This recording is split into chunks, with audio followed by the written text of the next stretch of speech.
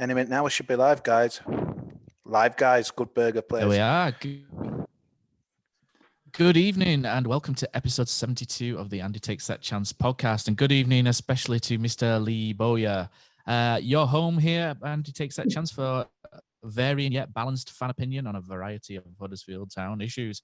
Coming up tonight, joining with the debate via our live YouTube chat as we discuss Town's leathering at Millwall, the sacking of the Cowleys, the rights and wrongs of that decision. A popular figure from the Wagner era in Mark Hudson has also bade farewell, as has Dr. John Iger. Should the clear-out finish here? But through the door, it seems to be a case of Viva España, and our man Richard Cosmala is twirling his sombrero in the air and prepping the sangria as Carlos Corberan looks set to exchange a wrist for a terrier on his chest. We examine how this may go, plus more. And before we get into this episode, just a note to say that we are sponsored by Magic Rock Brewing. If you fancy checking out either tap room, I believe the Home Firth one is open. And if you fancy getting some beers online, there is free delivery for anything over £40. So let's get into it. Today, I'm your podcast host, co-host, if you like, with Kosi, Matt Shaw. With us in Cowley corner is Brady Frost. And in the opposite corner, we have Neil Wayne and Richard El Coso Loco Cosmala. Whilst on the fence, we have Dan Pozzaporret and Simon Copland. So good evening, everybody. And let's get into the Millwall game. Oh, hang on a sec. The Millwall game. Hang on a sec, Matt. I think Richard Stimmer's trying to get in this Zoom. Oh, no, he's slipped, mate. He's not coming in. Sorry. Sorry, Matt. Yeah, I've just kicked him out. Yeah, stinker. Oh, Where do we start with that? So who wants to? So I tell you what. I'll start. I'll start. God, here we go. Okay, here we go. That just about summed up this season, didn't it? What an absolute load of shite that was. That was absolutely awful. You can't mask over that. It was bloody awful from start to finish. And I've got to be completely honest. The stream that me and Kosi had, try to get it through dodgy stream, didn't particularly work very well. So we had it through my phone, but because it was coming through phone, I'll be honest, we pretty much sat and watched Brentford against Barnsley start to finish, and it were a lot more entertaining than the garbage that we were serving up on the little screen below. But yeah, just about summed up our season, didn't it? Quicker it finished, the better. It has been dreadful, hasn't it?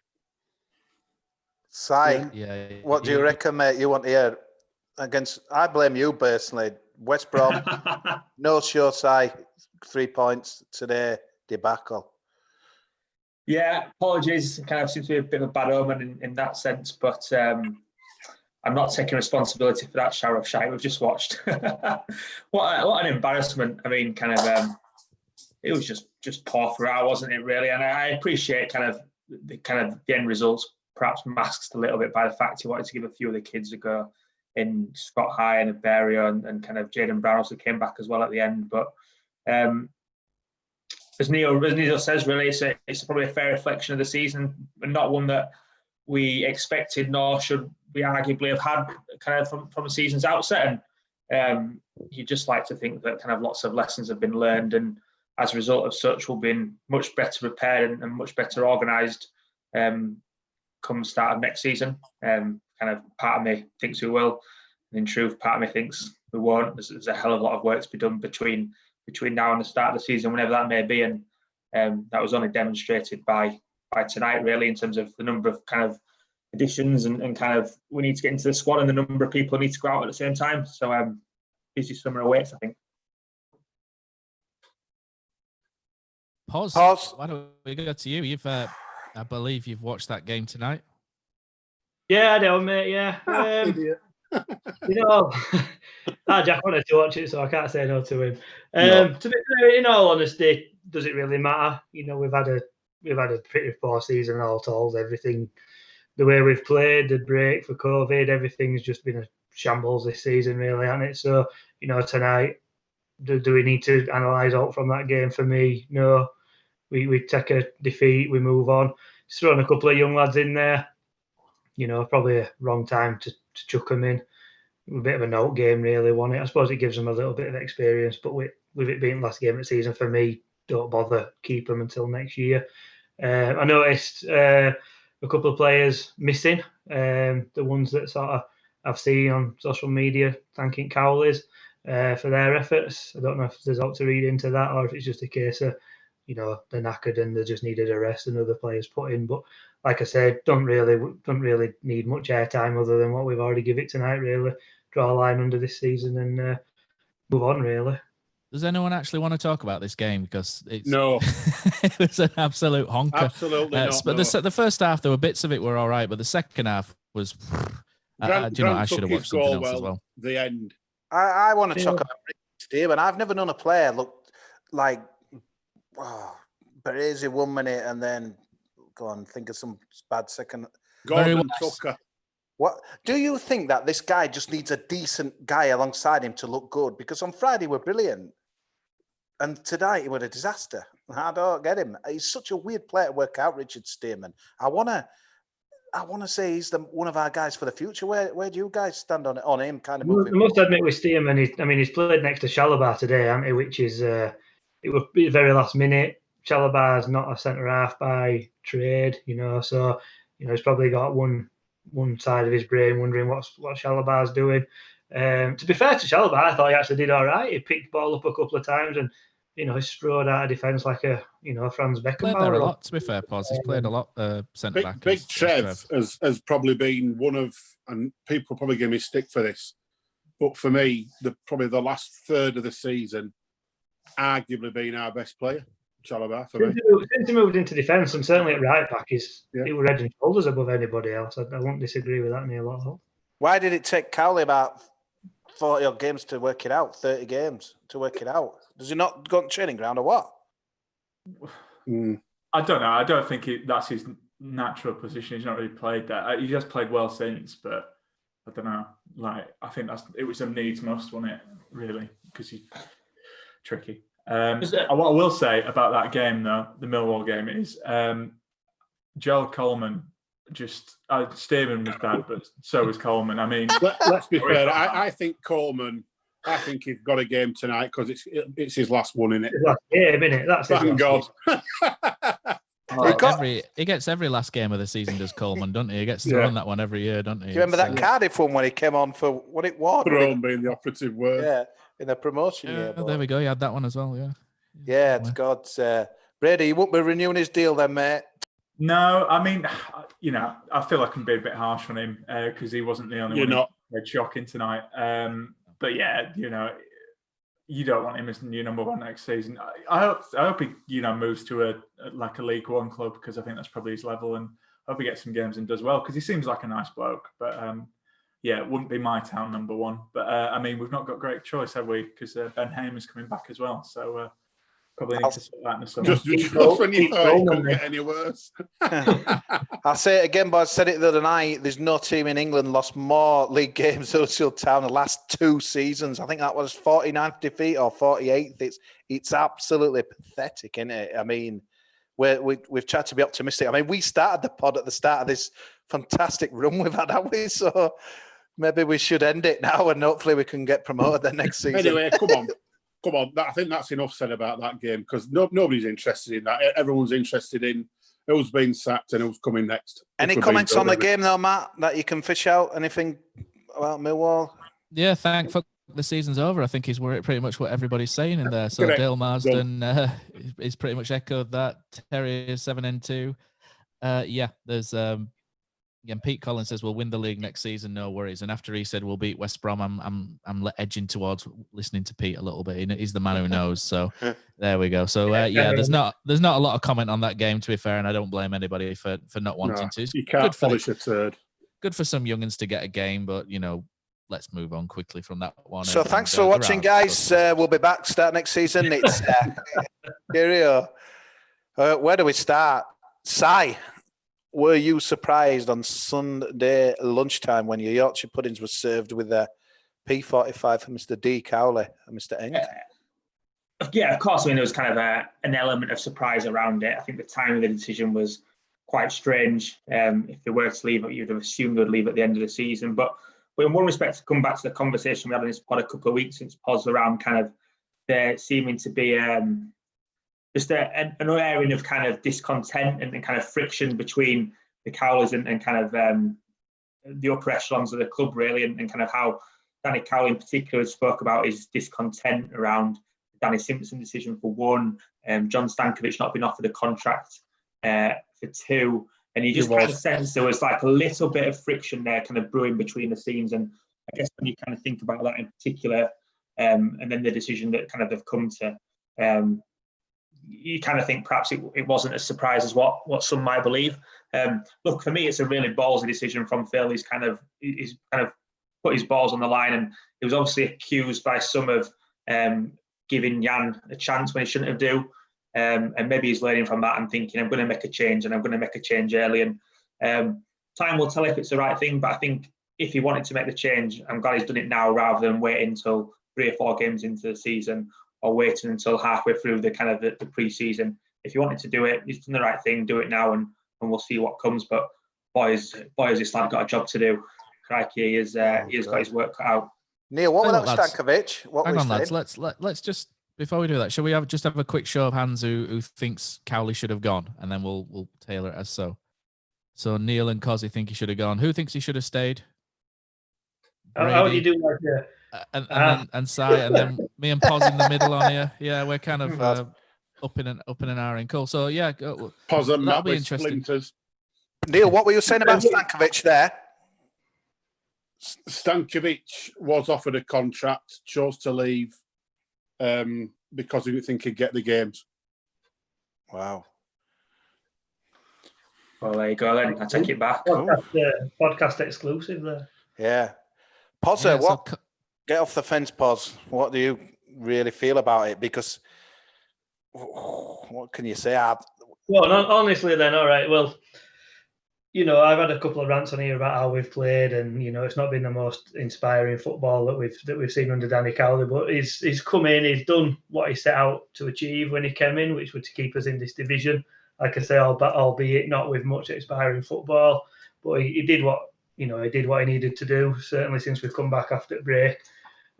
He could have been a little bit bolder in some of the games, but he's got us over the line, which you'd have said, as you said, Kosi, I think last week.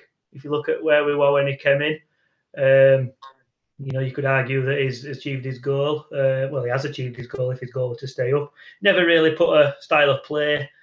We didn't really seem to have an ethos or a way of setting up, which obviously I know Matt's discussed on here many a time. Were that down to circumstances? Were that down to the players available? Could he not have put his style of play on? I don't know. You'd have to ask him that.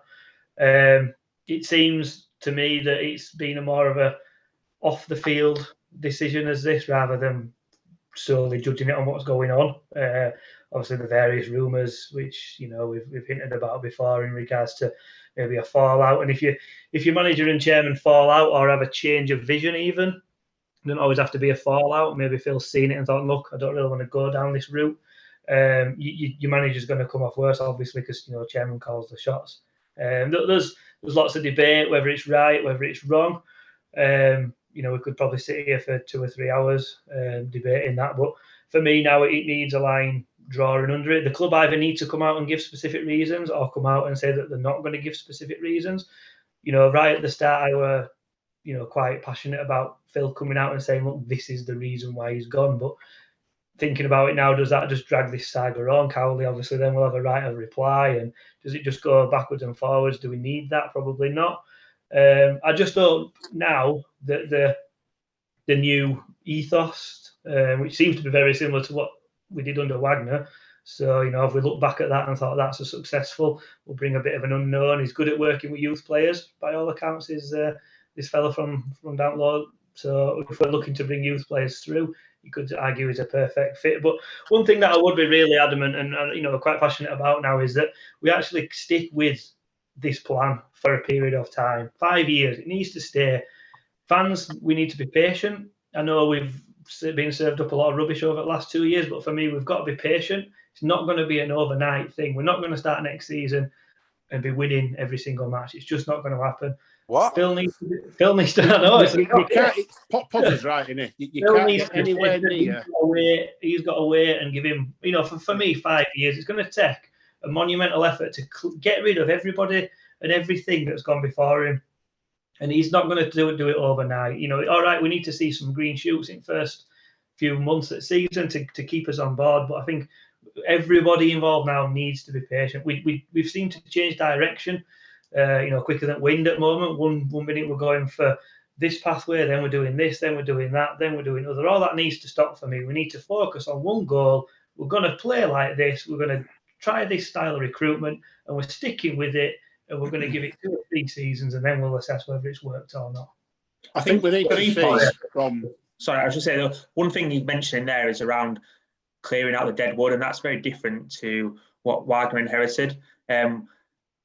I really am concerned we're going to have to go through a cycle again where someone tries and convinces me and probably a lot of fans that Diakabi is a footballer, that Mbenza is a footballer, that Sobi, Hadajanai are footballers, because we've got so much dead wood to clear out. And I just hope that kind of we get rid of them in kind of the summer. They're not given another chance, and we really do start afresh, because for me, kind of we've tried that 2 or 3 managers now and kind of have not been able to hold down starting spot of any of them. That all depends on if anybody actually wants to take them off us.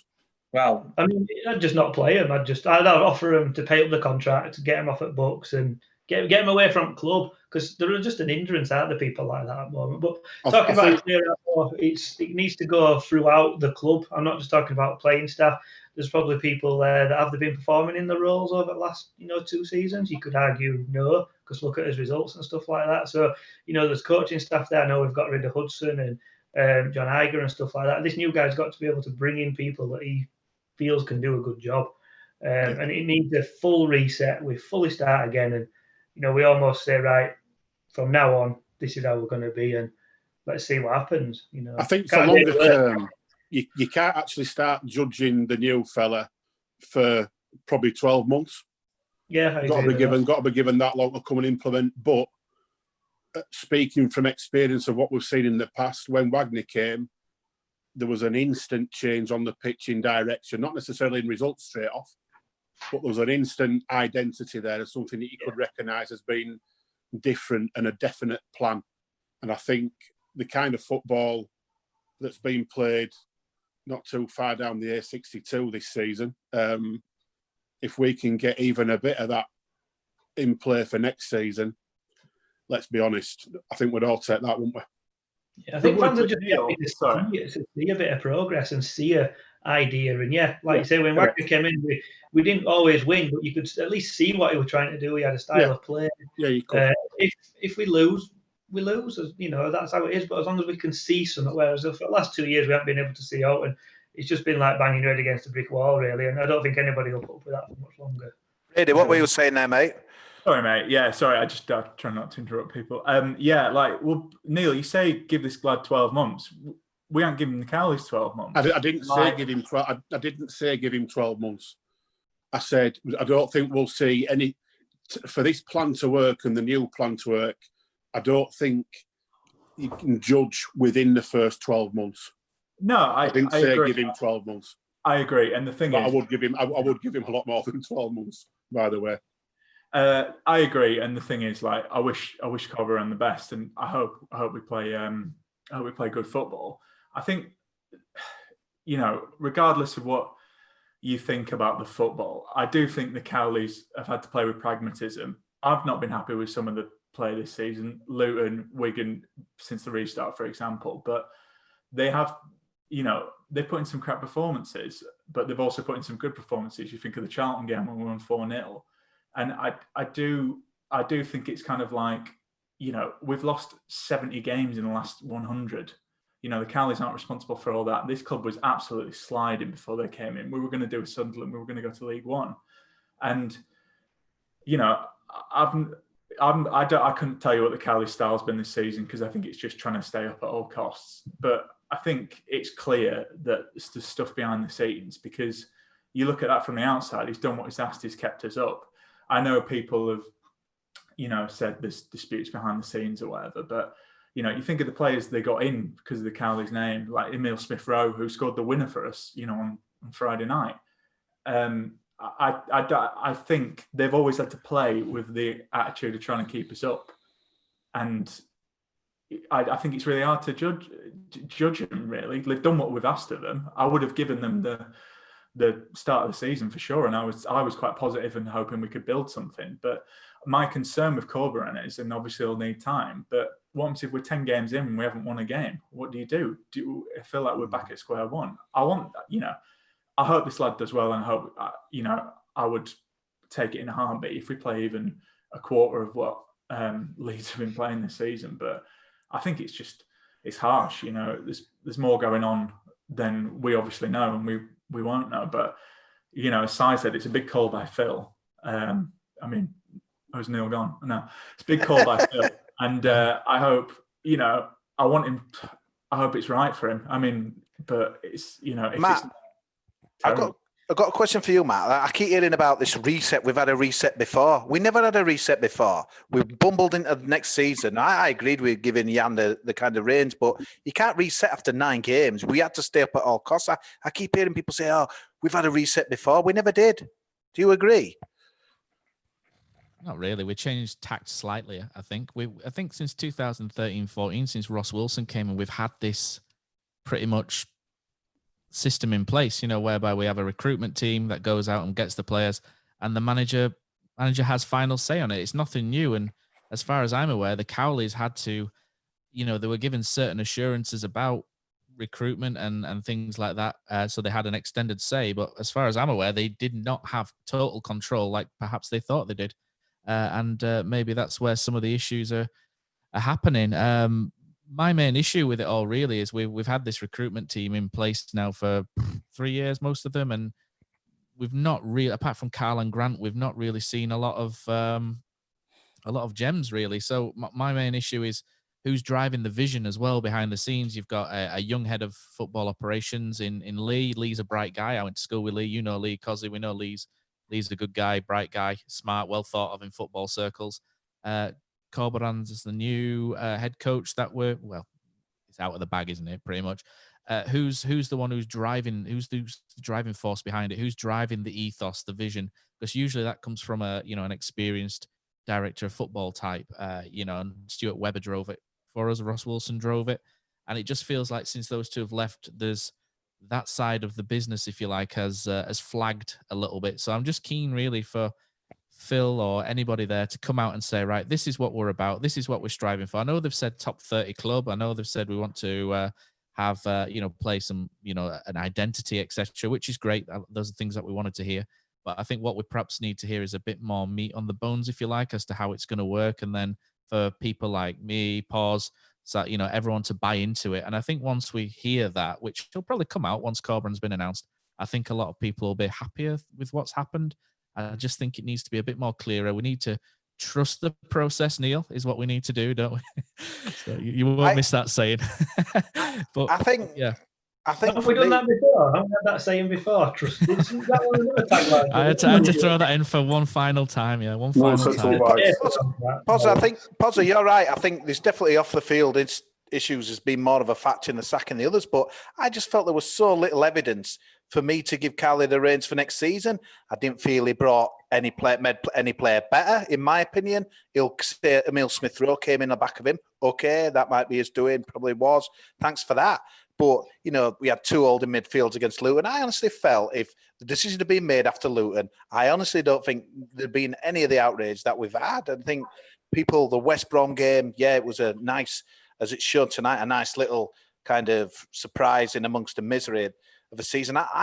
And the style of football bored me to death. And bring in your own men, but did you really want to see that? Do you not think it's faded though, Kosi? Do you not think that initial shock and anger has now dissipated somewhat, and people are now kind of thinking now a little bit mellowed a little bit? It's only taken a couple of days, but people are a little bit more. Brady, you had a post, didn't you? On board, but they're there.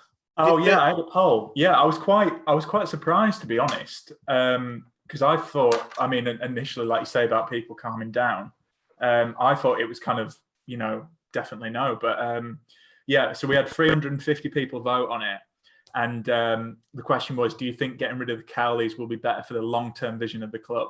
59% said yes, and 41% said no. So it's still Yeah, you see, I think if you'd have posted that on Sunday, Brady, it'd have been like 90% would have I agree. been with a As Cowley. Phil- So that was my point, really. Has Phil opened that's- his Twitter account again? I forget. Phil must have voted and put his account back on and that. Been paying for bots. Don't you think that's football in general, though? Everyone, whatever happens, there's an initial outrage, and everyone has a voice, and they're straight on the phone and straight on Twitter, and this is my view, and everybody needs to listen to it and stuff like that. And that's when you take a step back and think about it logically for a couple of days, you think, you know what, I can kind of see a little bit in that, and I can see that's where Twitter's quite funny. You might not agree with it always, but you can actually, which is kind of where I am. You might always not agree with something, but as long as you can see the reasoning behind it and what Phil's thinking, he's the chairman at club. End of the day, he lives and dies by these decisions. And if it turns out to be a wrong one, then it's him that'll get it in neck, not it's anybody him else. Pay for it, isn't it? So I think what needs to be remembered in amongst all this is, he hadn't come into fair, and I don't think he'd claim that he's got everything right either. But he hadn't come into fair. It's his name above the door, if you like. So he'll want us to succeed as much as anybody else. And at the end of the day, he's made two very, very bold decisions on management front. A, by getting rid of Sievert when he did, because it probably would have been easy as a new chairman just to tick over and let it run a bit. He should have got rid of Sievert straight away, though, shouldn't he? When you look back, he should have come in. But hindsight's a great thing, isn't it? Yeah, of course it is. I think probably we all would have. I mean, I don't think any of us particularly wanted to see him start season, but you can sort of see the reasoning behind. I suppose you could argue he's learned from that in this situation. And then... Yeah, exactly that. And at the end of the day, if you're in whatever business you're in, if you're the chairman or the CEO of any business, and the relationship you don't think is going to be the right one moving forward with the people who are running the side of the business to you that really counts, you make a change, don't you? So, I mean, nobody knows whether this is going to work or not. Nobody. Absolutely nobody. It could be. Well, I'll correct you there, Neil, because Pete Collins on the YouTube chat is adamant that it is going to work, and he's referencing. He's referencing flamenco ball as the way forward. I thought that was really good. But what I'm saying is that there's no guarantee, is there? But no. The only guarantee is that if you want to make the change, he's done it, hasn't he? And he's ballsy. I give him that. It is ballsy. Whether it's right or wrong, I don't know. But I'm with Kosi. The football, particularly since return after lockdown, has been West Brom apart, nothing short of horrendous. Matt, what are people saying out there? Is it a mixed opinion, or most people agree with what happened? What I'd say on just while I'm scrolling is on the football. I was one of the first critics of it, really. On the podcast, not in general, but in sort of January, I was sort of saying he's got his own players and there's not much of an identity. But I always kind of thought, as long as we survive and then we can build on it, then it's okay. And I always thought it would build on that afterwards, but obviously we'll never get to find out, will we? So, I think the boring football is what we've discussed on here before. For me, we're always going to be just a means to an end. You have to stay up, and we cited the Reading game as an example where we were going for it, and then all of a sudden results changed, and suddenly at one point where a good result, we didn't have to go for it, and then I think we're at game of the night as well, very similar. We sat back with 10 minutes to go because some of the results changed. It was almost like it were just let's just get 2 points here because 2 points are better than 0.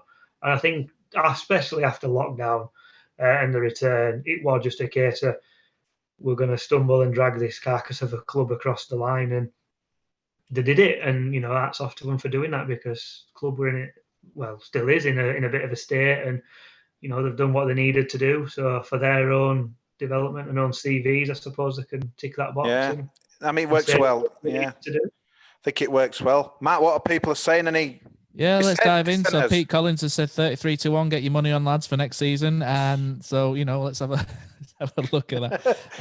John Smith. That to stay up. No, it won't be that long, will it? But yeah. So John Smith's referencing a fallout with Hoyle and Hodgkinson. Not really heard anything about that. Stephen Garside. Phil H's decision is incredibly brave. If it pays off, it's genius. If it tanks, he's finished. Christian Kudarenko says, if we had become safer sooner, do you think he would have been sacked earlier? I think probably would have. You guys? Yeah. Dag Barnett says, my big concern is that it is said that the club want more control over recruitment, but our chairman has stated that on paper we have a top 6 squad. We clearly do not. So he's questioning the judgment, which I think I covered about 5 minutes ago. And Josh Phillips says, that's nowhere near. Josh Phillips says Cowley was always too worried about how the opposition set up rather than having her own style. The Wigan and Luton games were painful, and I would have expected more of those performances next season. So, are we going to administration anyway tomorrow? Is it or Wednesday? Friday? There's lots of mischief making, isn't there? But if you put it this way, if you're going to pay $2 million, paying how many people have we paid off? Iger, Hudson, Cowley brothers, 4 or 5 people. Where it's going to be like up to a couple of million quid. Is that the action of a club about to go into administration in a couple of days? You don't know. No, surely not. Yeah, Brady, you don't know. Never say never. God. Never. No, we're not going into administration. Come on. You know what, though, guys? Let's let it all come out. By each passing week, I just got sick of them. I just felt it was all about them. I cringed at that Sky documentary that was on over the lockdown, the Cowley brothers. It almost and all that clapping stuff. What all that about? It just seemed so fake to me after the kind of the brand Cowley. Yeah, I just. They were very much about them. And to be fair, they've managed to walk away from this unscathed, haven't they? They've kept us up. It'll look good for them. Fair play. And I genuinely hope they go and get another job and do well. But if that were the football that we're going to be getting, I'm glad it ain't going to be for us, I'll be honest. Brady, would you give him a job in the Championship again if you were a Championship chairman or not? Yeah, I think you would. I'd be interested to see. I mean, he's been linked with Bristol. I think the issue is if he does take another Championship club, the issue for us is we're going to have that comparison, aren't we? Yes, it's a different team, but it's going to be like, if they do well, then it's like, well, what we could have had. I do think, I agree with Neil, it did... the Cowleys were a bit about themselves, but I think most managers are nowadays. And I agree. I don't want a manager to come in and make it good for themselves and then they leave, get poached in 2 years, and we've not got anything to show for it. But I think if that happens, though, Brady, if we get this guy in and he gets poached in 2 years' time, surely that means he's done well for us for 2 years. I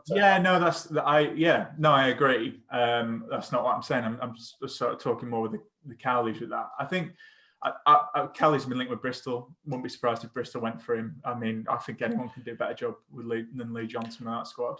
And then that's the worry. Gerrard's turned it down today. Who has? Steven Gerrard's turned it down. There's a shock. Well, there you go. See, that ain't a worry for me because they're going to go. They'll go somewhere and they'll do all right. But it's more about the product on the pitch and what it is on the eye. And if the relationships are right elsewhere, it's not just about 3 o'clock on a Saturday.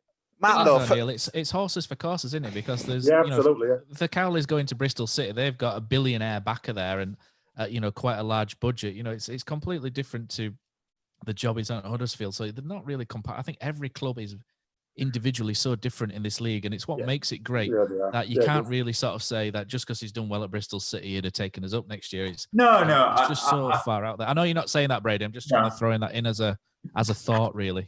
I think the point I'd make, and I think again, I feel like I'm in the minority here, but I think it's hard to judge them on this season and the style. I think if they were doing that next season, I'd agree with you. I agree with that, yeah. It's all been about staying up. And, they've done the job. We had 2 points after 9 games. No club has survived from that. And I do think they deserve credit for that. It's not been great to watch, but... Absolutely they do, yeah. And I don't think anybody's denying that either, to be honest. They did a good job. They did a very good job in the circumstances that they were given, and a load of shithouses as well behind the scenes, in terms of players. And I think they've done a really good job. And I'm disappointed that we won't get to see it next year, but I'm also quite excited, Kosi, about the new guy. Yeah, sorry, just to kind of finish on the Cowleys, can I just kind of say something on that? I mean, Braintree, he ran the show. It sounds like the brothers run the show. Lincoln, they run the show. Concord, they run the show. Phil nailed his colours to the master guy. I mean, I think he turned us down once. So he was their man. But should there have been more due diligence have gone in? Because it sounds like to me they control people that want to control the club. Huddersfield Town were a Premier League club last year. It's a big club. Surely you should do maybe some kind of, just playing devil's advocate, maybe some kind of backgrounds into a person's character.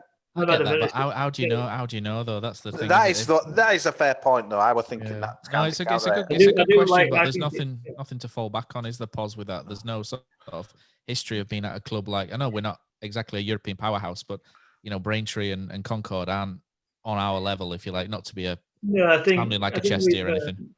I think they've obviously worked down leagues, and like you've said, there's places like certainly Concord, Rangers, and Braintree. They've probably had a lot more under their remit than what they would do at Huddersfield Town, and maybe they've come to town and thought we can carry on as we have. But at town, there's people in positions to do certain jobs, and if that's not under Cowley's remit, then surely they couldn't come. The interesting thing for me though is I do remember when they first joined is that there were quite this big thing about we don't want to be a head coach, we want to be a manager.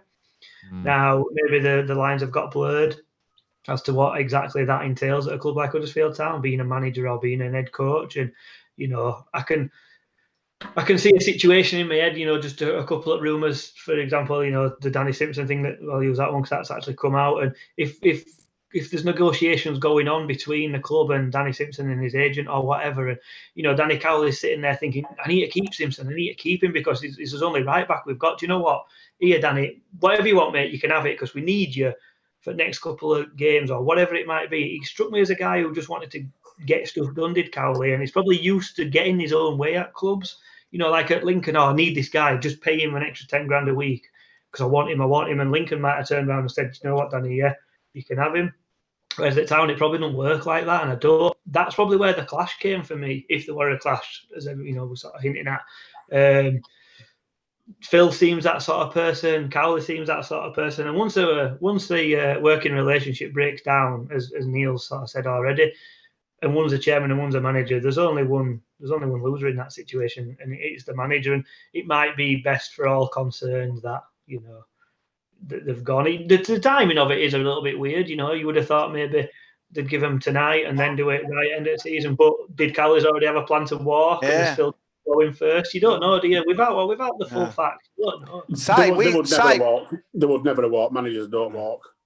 We were at Charlton celebrating that last-minute goal, Matty Daly. Seems a while ago, doesn't it? Why did none of them young'uns ever get a go? I don't like to beat him with the same stick, but it did frustrate me so much that he were playing the same guys that were letting him down week after week. Why didn't we see any of this youth get a chance? Yeah, I mean, if you think back to that night, I think Romani Edmonds-Green had a really good night at right back, playing out of position. Matty Daly, as you mentioned, obviously kind of came off the bench, and I think, if I remember correctly, and scored the winner. Against Leeds, Leeds the game before, they were promising, and then just to can them for months, it's like...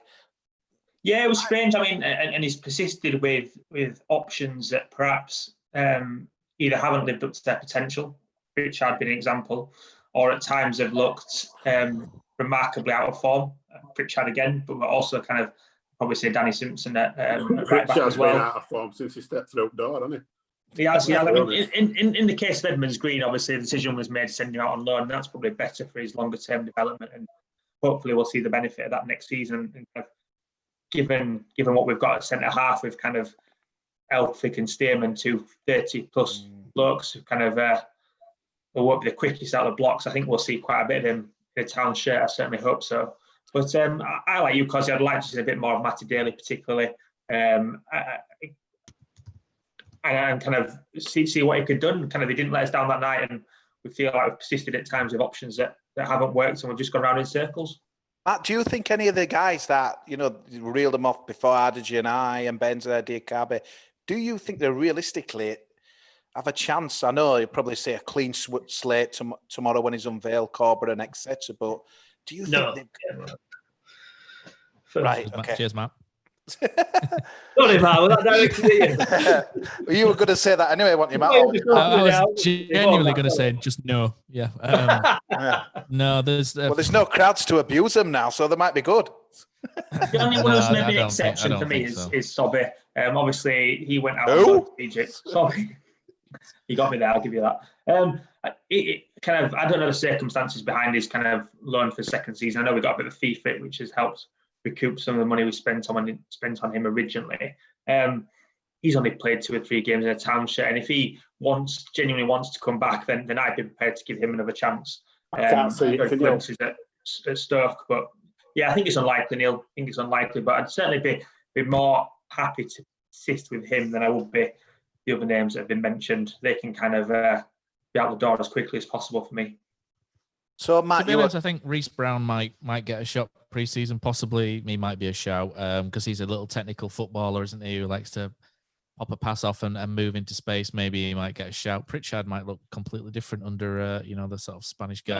Me and Kosi were talking about this earlier on, and if you go back 3 years when Bielsa first went to Leeds, they were awful. And they had some players that their fans, good mates of mine, will tell you, they'd have quite happily had shipped out anywhere. That Matthias Klick being the prime example, they hated him. They absolutely despised him. I don't think he's missed a game, has he, under Bielsa? He has been phenomenal for them. So you can guarantee that in amongst all this dross that we have got, and there's a lot of it, you can guarantee there'll be at least 1 or 2 gems poke their head through that are revitalised under a different way of playing, a different manager, etc. And it's nailed on. It's going to happen. Don't get me wrong. I still can't see a football. If it's Herbert Bock on, Neil, I'll eat my I don't see a footballer in Dia Carby. I want to see that more than him. There's a lot of players who've been nowhere near it this season, and one of them will be a gem from somewhere, and we'll all be surprised. That's what Reece Brown is the one I'm thinking maybe, but Reece Brown's actually the one I said to Kosi earlier on. Yeah. It's just because he seems the style, doesn't he? That sort of style of player that would suit that kind of team. He's done quite well for Peterborough by all accounts, so I think they're quite keen to sign him permanently. But we'll see. Don't change my opinion of them all up to this time. I think they've all been absolutely garbage. No. Carlos Corberan, though, here we go. I'm very excited. Kosi, for a lot of reasons, mate. Tell us about the coaches he's been under. Yeah, tell us about what they'll bring and what their style is. And well, he's worked under 3 that have won some best leagues in the world, really. Ernesto Valverde at Villarreal. He's worked obviously under Bielsa, Manuel Pellegrini, obviously, winning a league with Manchester City. He's only 37 years old, so he's young. I know a lot of people. What frustrates me with town fans, why can't we think it could be another Wagner? I keep hearing it's going to be another Seaver, or someone was said, well, Mick Wadsworth was touted by Bobby Robson. Why can't people be positive? I'm so excited about this. You're not telling me that he's not learned some amazing things off these guys.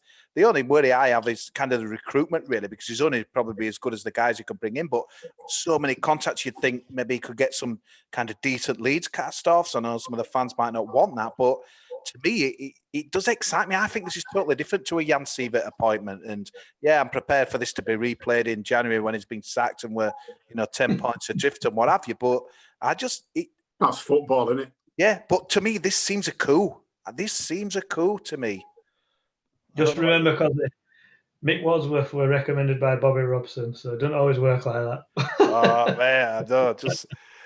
Yeah, but... No, to be fair, he does excite me. I mean, to be fair, I've never heard of bloke, to be fair, but, it just sounds like he might be all right, doesn't he? Spanish Carlos. Yeah. And don't you think, though, Si, that he's showing some right balls there? He could have gone in to learn the Premier League with Leeds United.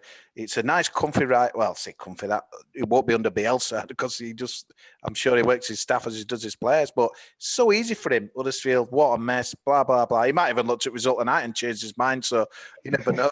Watch the website. Don't show him video, for God's sake. But, I mean, if he is going to be available tomorrow, it's incredible, isn't it? It's like he wants to get down. I think for him, it's brave. For us, it's brave. I don't know, it just excites me. You just get a gut feel sometimes. Yeah, I think he's shown some balls definitely by taking the job. It's the easy decision for him would no doubt have been to stay at Leeds, where I think he's been muted a little bit as Bielsa's successor potentially in a year or two. As I said at the top, I think it's a ballsy decision from Phil as well. He's kind of put his head above the parapet. He probably recognises it'll be an unpopular decision with some, but he's kind of made big decisions, which ultimately people in power are paid or have the money to do. I think kind of trying to come back on what Brady spoke about kind of a few minutes since, where he put the poll out early on tonight, and I think he said, was it 59 and 41, Brady, kind of in favour of change. And I think the point I wanted to make was, I think if he'd put that poll out on a few days ago, Brady, when the announcement was first made, before kind of Carlos Corberan was linked with a job, I think there's been a lot more people, just a hunch, I think there's been a lot more people in favour of Andy Cowley staying. But the fact we were able to attract someone with arguably so much potential and attract someone who we assume will have a really kind of clear footballing philosophy, I think probably excites a lot of people. And I think that probably makes the decision, one, maybe a little bit easy to stomach, and two, probably a little bit more palatable, for want of a better phrase. But I agree, Si. I think the thing is that's so frustrating about that is obviously you hear it on Sunday and it's just like you get this blanket statement, and I think that's the thing. It's the lack of information. I agree. I was chatting to my friends. We were watching the game tonight, and we all have mellowed a fair bit. I thought the comments from that poll were interesting because, like I say, some people were saying, it could be another Wagner. I think it's a bad decision. So I wanted to kind of thank everyone who did answer that because I saw someone in the YouTube comments say... Brady, what do you know about Corberan? Can he speak English? A couple of my Leeds friends reckon they can, but I don't trust these sources, I have to say. I don't know, mate. I'm chatting to a couple of Leeds fans tomorrow and hopefully a reporter or two for Leeds. So they'll be still half a quarter, I bet. Yeah, it's not an early call. Yeah, watch this space. No, it's it's going to be really interesting as well. I mean, Matt, what were your initial reaction when you were? Because I mean, to be fair, in our little group that we have, you kind of mentioned his name a couple of times before it kind of got on the radar. So was that just hope, or was it? No, that was just putting two and two together, throwing darts into a dartboard, and one of them were going to hit. So that was all it was.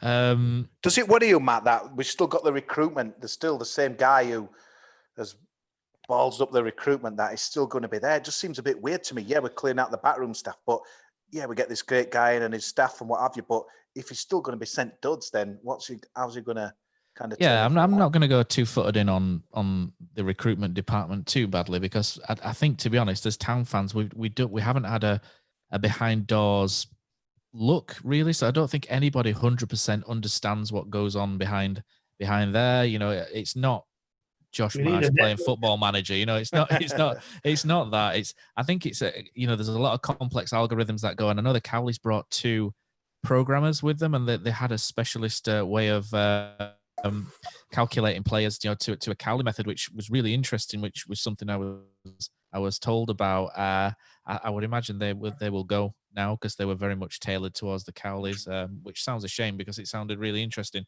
But yeah, so recruitment wise, yeah, I think you've got to give them credit for Carl and Grant. You can't just say, they've messed up this, and without, sort of acknowledging some of the good ones that they've got.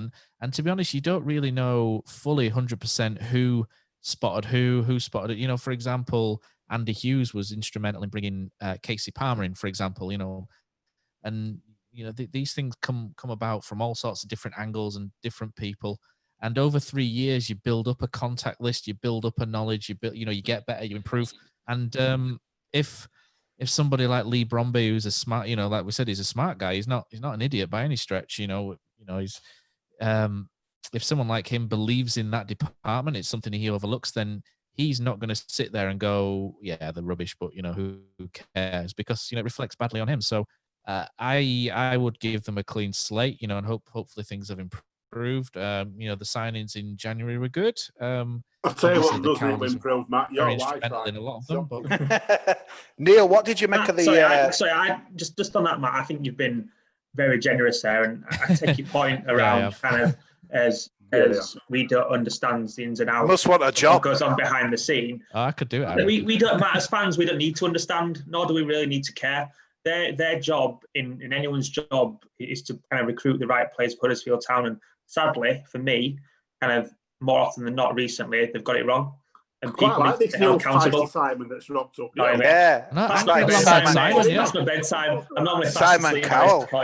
Neil, one of the ones they did get right, Carl and Grant, and a big story came out on Sunday just after the sackings. Actually, £15 million. They were quite. I think it was Stuart Rayner, Yorkshire Post. I think the Norwich is supposed to be the club. Do you expect to see him in our team September the 12th? Oh, speechless. Oh, to be honest, up until last Sunday, absolutely no. And I'm probably still 70% no. But on the flip side of that now, with the new manager in place, I don't think you can be sure about anybody now. To be honest, I just don't think you can be 100% sure about anybody. I was very surprised to see Carlin Grant starting tonight. Out middle and all, where people said he couldn't play, and his goal wasn't bad at all. He played left, mate. It was left. Yeah, he played on left. He played on left. We just had a crap picture. But yeah, like I say, Sunday, I would have said 100% no. And I still err on the side of a no, because if that kind of money comes in, especially sort of post-COVID, the scenery of football is going to change somewhat money-wise, I think. So I think you do get that kind of money off, but it's very, very hard to turn it down. And I think a lot of it depends on whether Carlin Grant wants to stay or not. So probably not, but the proper Carlin Grant, and at the end of the day, he's played in a crap side this year, got 19 goals. Matt, what are the guys? Somebody who's got 19 goals should be in the top 6 side, shouldn't they? Cheers, Neil. What are the guys saying out? Neil, top 6 squad. What are they saying out there, Matt? Is it all positive or? Yeah, Ted Chippington says, could the Spanish connection herald a return for Christian Lopez? Do you remember it? Yeah, if you remember that one. So Ben HB says summer 2018. Ben Hamer? Oh. No, not Ben. Well, it could be Ben Hamer. Back in your box, Ben Hamer. Ben Hamer no, out of that box. Yeah, so Brett Lodge says, all you guys finished this season with a smile. We stayed up and we have an exciting season to look forward to next year. Stay safe, everyone. John Smith says there are great changes happening at the club. We'll have just sacked our manager. I hope you're still sponsoring Stans Stadium, John. We need your money. I don't think it's his real name. All right. And yes, we've had an American influx where we've been recommended, and I've put one of them in timeout because it looked like a bell end. Wow. There we go. I'll tell you what, guys. Sorry if you're a Huddersfield fan and I've put you in timeout. What a night of drama. The Championship, again, it delivered. How have Barnsley stayed up? It's incredible. Incredible job. Did you see that celebration? Nice and close, isn't it? I don't know if any of you guys watched it, but Neil did. When they scored, the celebrations were epic. There were a guy, he looked like me, bald, with glasses. Glasses got knocked off. There were guys jumping on each other. They were absolutely doomed, weren't they? And can you imagine having to go to Brentford to stay up and to do it? And Brentford, that's 2 times now they could have, with a win, got up, and that's going to be hard to come back from now, innit, in the playoffs. But especially with Swansea, because they will be buzzing without it. I mean, they got into playoffs on a 40-stone goal after 96 minutes. I tell you what, Brentford for me. Something with your Kosi, which I saw on Twitter earlier. Which it's an adult show, mate. Keep your gear on. Angry Sty's back. Angry Sty's back. Larry's covered. 6 games ago, the Championship bottom 5: Huddersfield, Middlesbrough, Stoke, Barnsley, Luton. None of them have been relegated. How strange is that? Oh. He's got his stats as well. That's good work. That. Does anyone feel for Wigan out on here? Absolutely, yeah. It's a completely shit situation. They've finished 13th. Have they finished 13th and gone down? Isn't it? Do you know what? The shambles is that it's all done now, but it might change. Sheffield Wednesday may get relegated. Wednesday as well. Wow. So, the EFL are undecided. If season starts again, what we're saying, being rumoured about papers and stuff mid-September, it's only 6-7 weeks off. So you're going to have teams back in pre-season training in a few weeks. So literally 2 or 3 weeks will be back pre-season training, and is that still going to be hanging over? And that being fun. It's not like EFL didn't have time to sort this out. They want any football for fun. Paul, how must you have felt if you were a Brentford fan in one of those 3 corner pubs tonight? And probably on Saturday as well when they lost at Stoke. You must be absolutely distraught. I mean, we've had our playoff issues and we have had our last... I mean, the only thing we can really compare to maybe that time at Cheltenham when we ballsed it up, etc. But it's going to take some coming back from that, isn't it? It is, yeah, especially for a club like Brentford. They've suddenly become the new Leeds, haven't they? The bottlers, the last two games. But certainly for a club like Brentford, it kind of... I know they've been up there for a couple of seasons now and stuff like that, but as Neil says, it's going to be really hard to come back from that because it's that chance. It were a little bit like when Tang were up there. For me, that was a chance. And if we didn't go up that season, the following season would we struggle? But yeah, you'd be wounded, wouldn't you? You know, if you'd probably said to a Brentford fan at the start of the season, you'll finish it playoffs and be buzzing. But to fall into them like they have done when they've had a couple of games just to get over that line and they've almost froze. I don't know if it's a bit of a pressure thing for them, but yeah. I don't know why you have. Brentford, I love that little ground. They won't be there after this season, which is sad that they're not. Fans won't be able to get to the last game there, but good luck to them. They do things right. We were saying that tonight. I mean, imagine you're a Brentford fan and you've not even been to the last match there. The last match is now going to be a playoff, and you're not going to be able to go. No. I don't know why you guys have me on, because I says to Neil Forrest, I was rubbing my hands saying they're my tips for the playoffs, and Brady, they're not even in it. That must be. I mean, to be fair, I don't think there's much love for Nottingham Forest outside of Nottingham Forest, but they're very kind of arrogant out there, the Forest fans down there and what have you. But mate, I after our pod, the Forest game, I went on a Forest pod to kind of talk about it, and they were talking about how good they were in that frame. I was like, we were not good. We made that so easy for you, like tonight. They needed a 5-goal swing. They were 5th. 5-goal swing. That's a town job, that normally. Yeah, it's ridiculous. I fancy Swansea though, because I think it's always the team that sneaks in. I mean, look at Villa last season. It's always the team that sneaks in that it's got that momentum. It's not always the team that sneaks in, Brady. I'll take you back to 2017. I tell you what, guys, if Cardiff and Swansea make that playoff final, I don't care what the police say or what Boris Johnson says. There is gonna be Wembley Stadium. That Wembley way be like World War III when it on there. They're not stop trains out of Wales that weekend, won't they? Oh, it'll be mad. Just quickly, Kosi, just before we go, just coming back to town, I've just seen some comments from a post-match interview about Schindler tonight. Obviously, he was dropped because he says it looks like because he didn't play because he had toothache. Now, from a man who gets regularly, kicked up in air and headbutted and various other things, does that not seem a little bit of a poor injury to not warrant playing tonight? Is there something more in that quickly, do we think? Just while it's just come out? Sorry, I know it's going right off topic.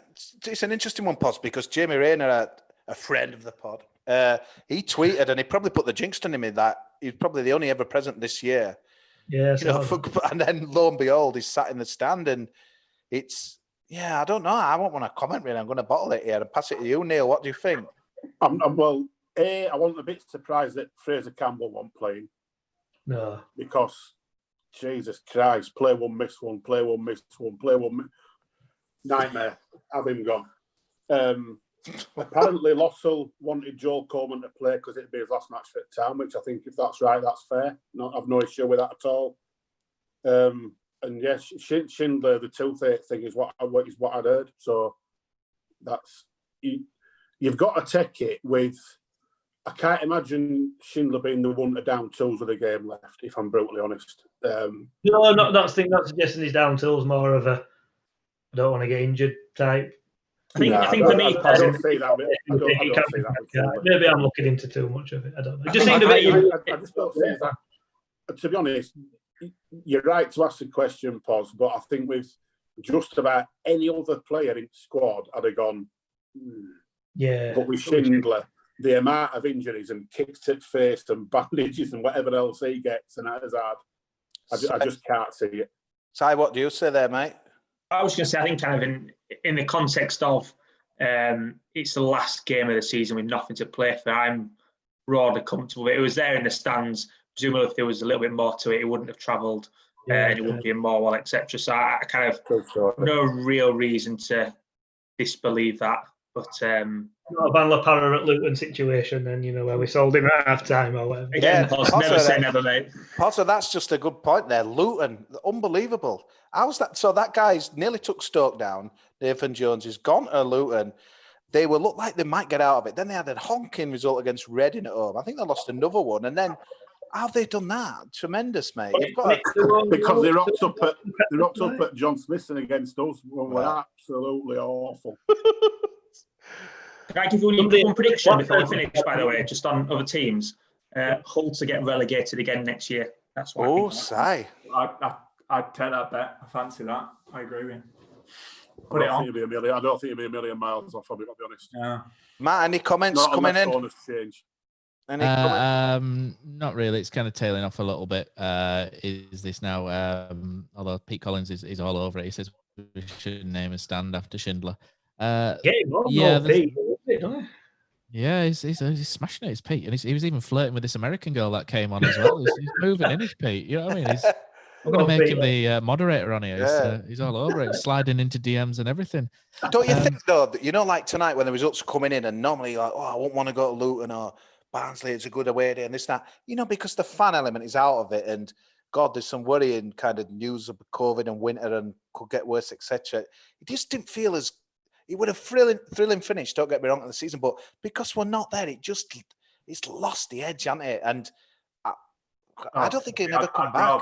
I'd rather play it out boring than have to worry about that. If we played like that and we had to get something, can you imagine? No, I'd take, it's good. It'd be great to stay up on the last day, but I'd take not worrying about it on the last day for sure. Also, that was interesting last night when PSG played 5,000 fans in there, and it's...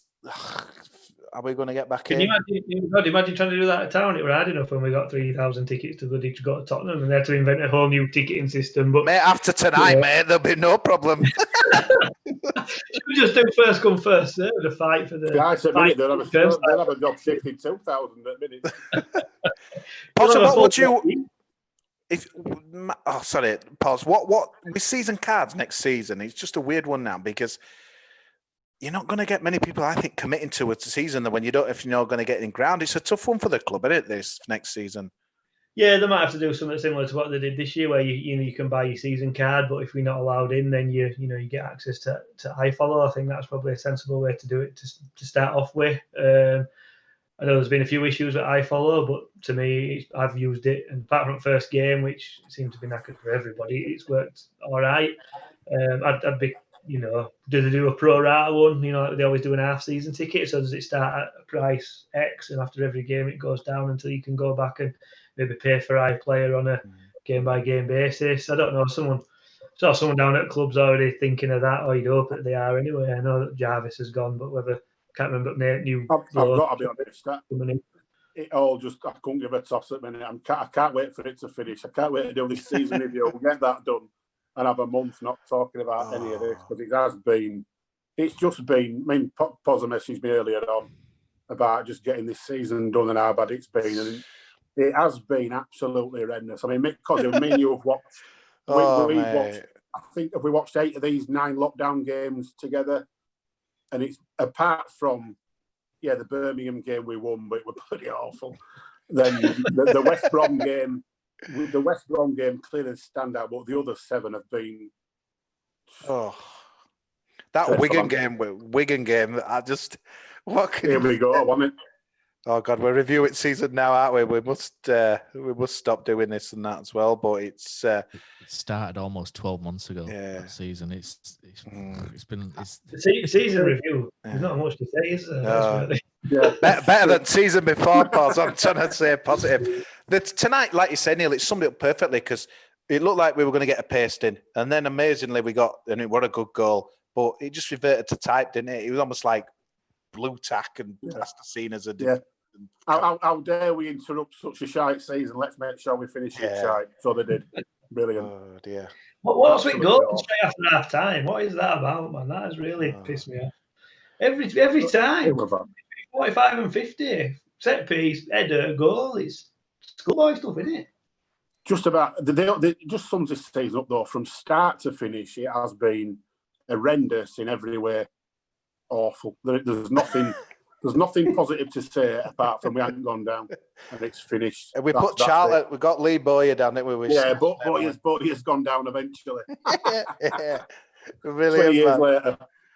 Danger, man, isn't it? And that, I tell you what's weird out with them, because it looked like they were getting out of it, didn't it? After lockdown, they had a right run early doors, and it just shows it's never over till it's over, man. Matt, any final thoughts from you, sir? Yeah, Dale Marsden's back. He's playing the victim, where he says hopefully he'll have a good season next year and he can't be accused of being negative for speaking the truth. Dale Marsden. Let's get the violins out for Dale Marsden, the player of the season, I think, manager of the month award for for Dale Marsden. I want to know. He kept us up. He kept us up against West Brom. You can't take it away. We'll have a statue of Dale Marsden outside the South Stand. You know, fair play to him. It takes some balls to go down and do something like that. So, and we won, so, you know, Dale in. Correct. Yeah, I want to know who you guys think will win the playoffs. I think Brentford have got a soft underbelly. I think Forest. Yeah. I think Cardiff. I'm going Cardiff. I'm going Cardiff. I think the winner will be either the winner of the whole thing will come from the Cardiff and Fulham game, and I think it'll be Cardiff. I just think there's. I hope it's one of the Welsh teams, just so it's one less in this league next year.